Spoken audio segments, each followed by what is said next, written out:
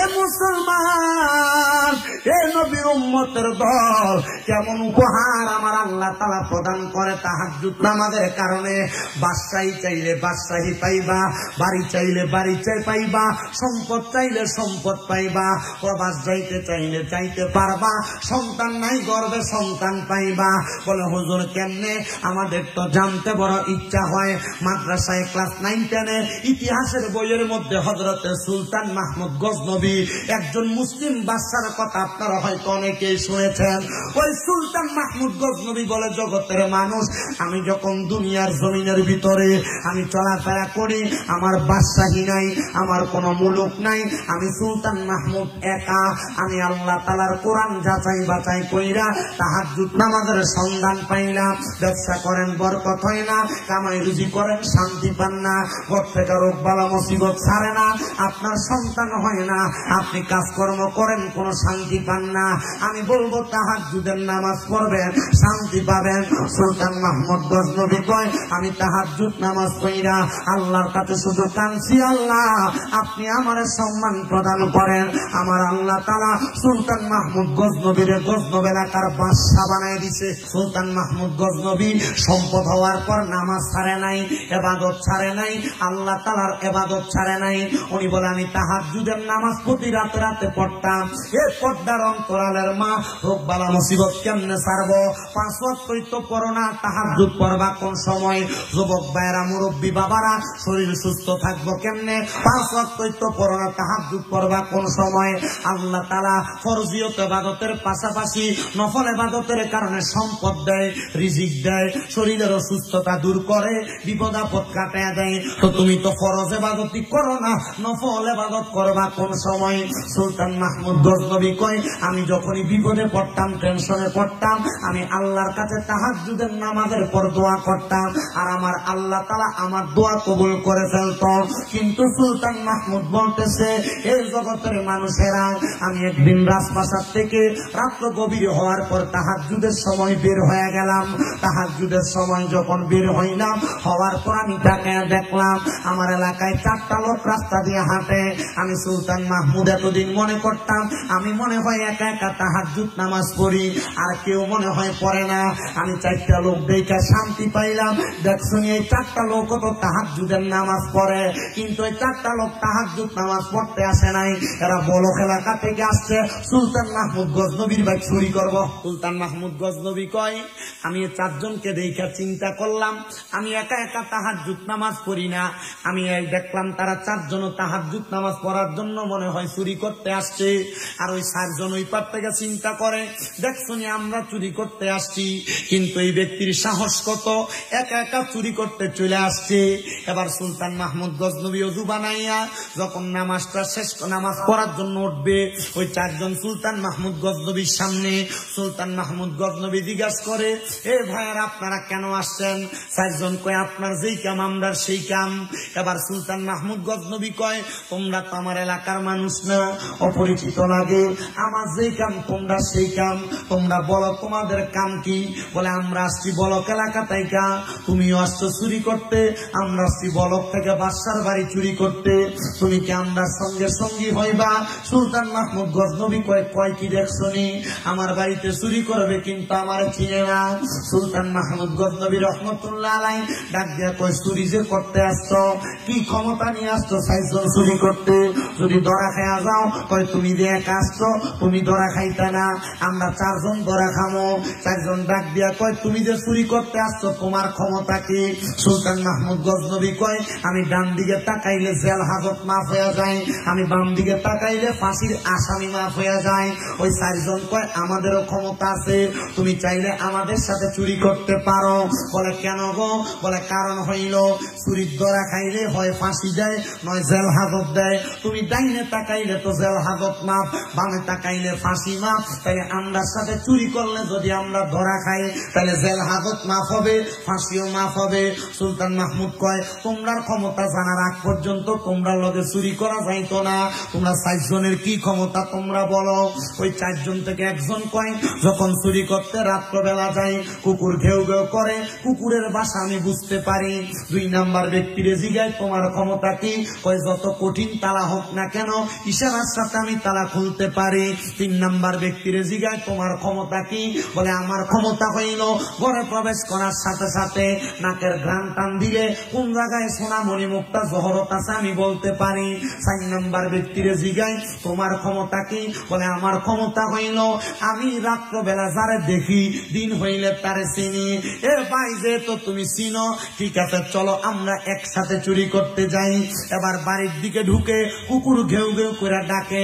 সুলতান মাহমুদ গজনবী কয় এ কুত্তার ভাষা বুঝনেওয়ালা ব্যক্তি, তুই কত কুত্তা এখন কি কইছে? কয় কুকুর বলছে আমরা নাকি বাড়ির মালিককে নিয়ে বাড়িতে ঢুকতেছি চুরি করতে। আমরা 5 জনই তো চোর, বাড়ির মালিক আসবো কই থেকে? আসলে কি 5 জন চোর না একজন বালা?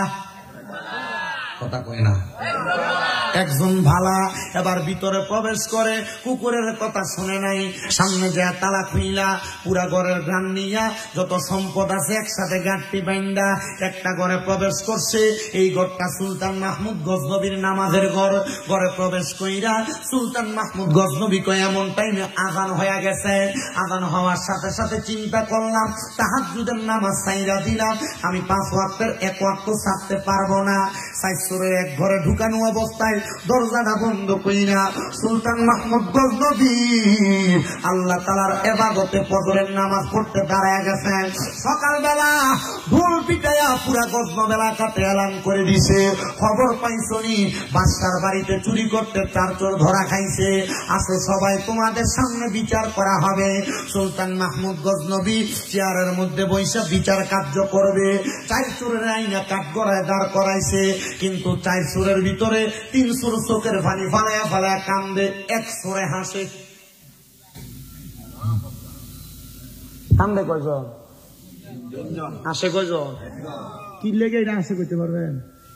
ওই যে রাত্রেবেলা যারা দেখে সবাই প্রশ্ন করতেছেন এ পাগল বাদশার বাড়িতে চুরি করতে আসতো, বাদশা তোমার জেল দিতে পারে, ফাঁসি দিতে পারে, তুমি যে হাসো তারা তো কান্দে। ডাক দিয়া কয় না, বাদশার বাড়িতে চুরি করতে আসছি এটা আমার দুঃসাহস হতে পারে।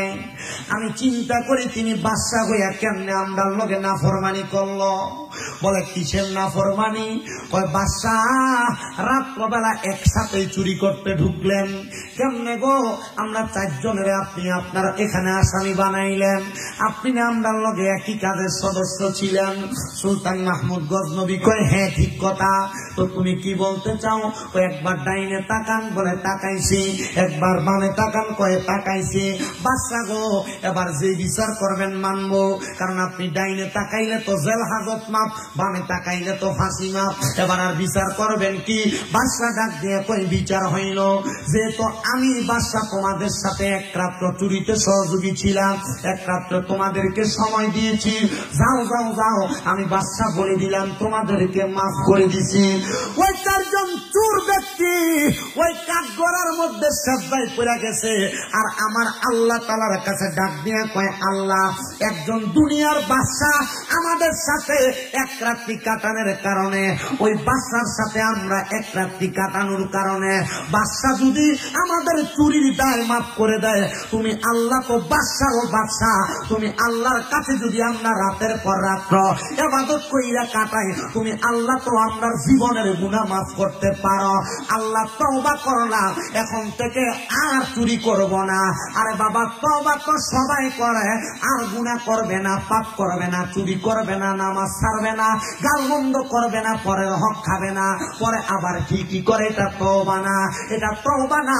তওবা সেইটাকে বলা হয় যেই কাজ করবে না, বলার পর ওই কাজটাকে সে আগুনে পড়লে যেমন ডরায়, এমন ভাবে ভয় পায় ওই কাজটা ত্যাগ করে।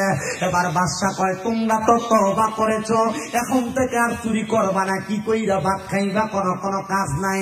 বাদশা ডাক দিয়া কয়, ঠিক আছে, যাও, তোমাদেরকে আমার রাজপ্রাসাদ পরিষ্কারের দায়িত্ব দিলাম। বাদশা কয়, তারা ঠিক সুন্দর কাজ করতেছে, আমি এক সপ্তাহ পর্যন্ত এই চুরের টেনশন মাথায় নিয়ে আমি চলাফেরা করতেছি, কিন্তু আমি ঠিক মতো ইবাদত করি, আমার ইবাদতে মনোযোগ বসে না। এক সপ্তাহ পরে আমার তাহাজ্জুদ নামাজে মনোযোগ বসছে, কিন্তু তাহাজ্জুদ নামাজটা পড়ার সাথে সাথে গায়েবী ভাবে একটা আওয়াজ আসছে, রে সুলতান মাহমুদ গজনবী, তুমি কেমন বাদশা হইলা? আল্লাহ তাআলার 4 জন মকবুল বান্দারে দিয়া বাড়ি পরিষ্কার করাও। আপনার কষ্ট দিতেছে? আমি অল্প সময় আর আপনাদেরকে কষ্ট দিব, সামান্য সময় আমার একটু সময় দিবেন। আলহামদুলিল্লাহ আমি 1 ঘন্টা 10 মিনিট সময় অতিবাহিত করে ফেলছি। আপনার আর কিছু সময় দিতে রাজি আছেন আমারে? ওই বাদশা ডাক দিয়ে বলেন, আল্লাহ তাআলার পক্ষ থেকে গায়েবী আওয়াজ আসছে, আমি কেমন বাদশা হইলাম? 4 জন আল্লাহর বান্দারে, আল্লাহর বন্ধুরে আমি আমার বাড়ির কাজের লোক বানিয়ে রাখছি। বাদশা ডাক দিয়া কই, মুরাকাবার মধ্যে মুনিব, কারে আমি আমার বাড়ির কাজের লোক বানাইলাম? কই, ওই ব্যক্তিরে বানাইছ যে 4 জনকে 1 সপ্তাহ আগে চোর বইলা রাখছো। এই 4 জন এই 7 দিন এমন ভাবে তওবা করছে, আমার আল্লাহ তাআলা এদেরকে আল্লাহর বান্দা থাইকা আল্লাহর বন্ধু বানায়া দিছে। এ বাকুরিয়া আমিরিয়া দরবার শরীফের বাবারা, মুফতি আব্দুল মজিদ আমিরি রহমতুল্লাহ আলাই এত সুন্দর মাহফিল প্রতিষ্ঠিত করে দিয়ে গেছে। এটার উদ্দেশ্য তাবারুক খাওয়া না, এটার উদ্দেশ্য মাহফিল হইতেছে আনন্দ ফুর্তি করা না, এটার উদ্দেশ্য হইল তওবা করে নিজের পরিবর্তন করা, এটার উদ্দেশ্য হইল ঈমান আকীদাকে পরিপূর্ণ রাখা। এবার আপনারা বলেন, আমরা সবাই ঈমান আকীদারে পরিপূর্ণ রাখার জন্য, আমরা দুনিয়া এবং আখিরাতকে সুন্দর করার জন্য বেশি বেশি তওবা করার দরকার আছে না নাই? নবী আমার বলে, এ উসমান বিন নুরাইন, তুমি প্রত্যেকদিন যখন ঘুমাইবা 3000 উট কোরবানি করে ঘুমাইবা, সদকা করে ঘুমাইবা। নবী গো, 3000 উট কোথায় পাবো? আমার নবী কই, উসমান মনে রাখবা, ঘুমানোর আগে যদি কেউ আয়াতুল কুরসি আয়াতটা তেলাওয়াত কইরা ঘুমায়, 3000 উট কোরবানি করার সওয়াব পায় এবং তার মরার আগে তওবা নসিব হয়ে যায়। মুসলমান ও পর্দার অন্তরালের মা বোনেরা, এ যুবক ভাইরা, সোশ্যাল মিডিয়ার মাধ্যমে শুননেওয়ালারা, জীবন পরিবর্তন করতে চাও, আল্লাহর কাছে তওবা করে ফেলো। মনে রাখবেন, তওবা করতে পারলে আমার আল্লাহ তাআলা আপনার জীবনের গুনাহ মাফ করে আপনার দুনিয়া এবং আখিরাতের সম্পদ দিয়া ধনী বানিয়ে দিবে। যেমন ধনী বানাইছে আমার হুজুর বড় পীর গৌসে পাক আব্দুল কাদের জিলানী, একটা চোর মানুষকে সেই চোরে ওলি বানাইছে, এটার কথা আপনারা জানেন। কিন্তু আরেক চোর গৌসে পাক আব্দুল কাদের জিলানীর দরবারে গেছেন চুরি করার জন্য, সন্ধ্যা রাত্রে ঢুকছে, সারা রাত্র চুরি করার কোনো সুযোগ পায় নাই। গৌসে পাক তাহাজ্জুদের ওযু করতে বের হয়েছে, এমন টাইমে গৌসে পাকের সামনে দিয়া চোর বের হয়ে যায়। গৌসে পাক জিজ্ঞাসা করে, এ ভাই, কোথায় আসছেন, আবার কোথায় চলে যান? চোরা মানুষ ডাক দিয়া কই, হুজুর আইছিলাম মুড়ি দইবার লাগিয়া। কি লেগাইছে? আসলে কি মুড়ি দিতেছে? এসে কি লেগা? চুরি করবার লাগা ডাক দিয়ে কই, হুজুর মুড়ি ধইতে আসছি। হয়তো মুড়ি ধও না কেন, যাও গা কেন?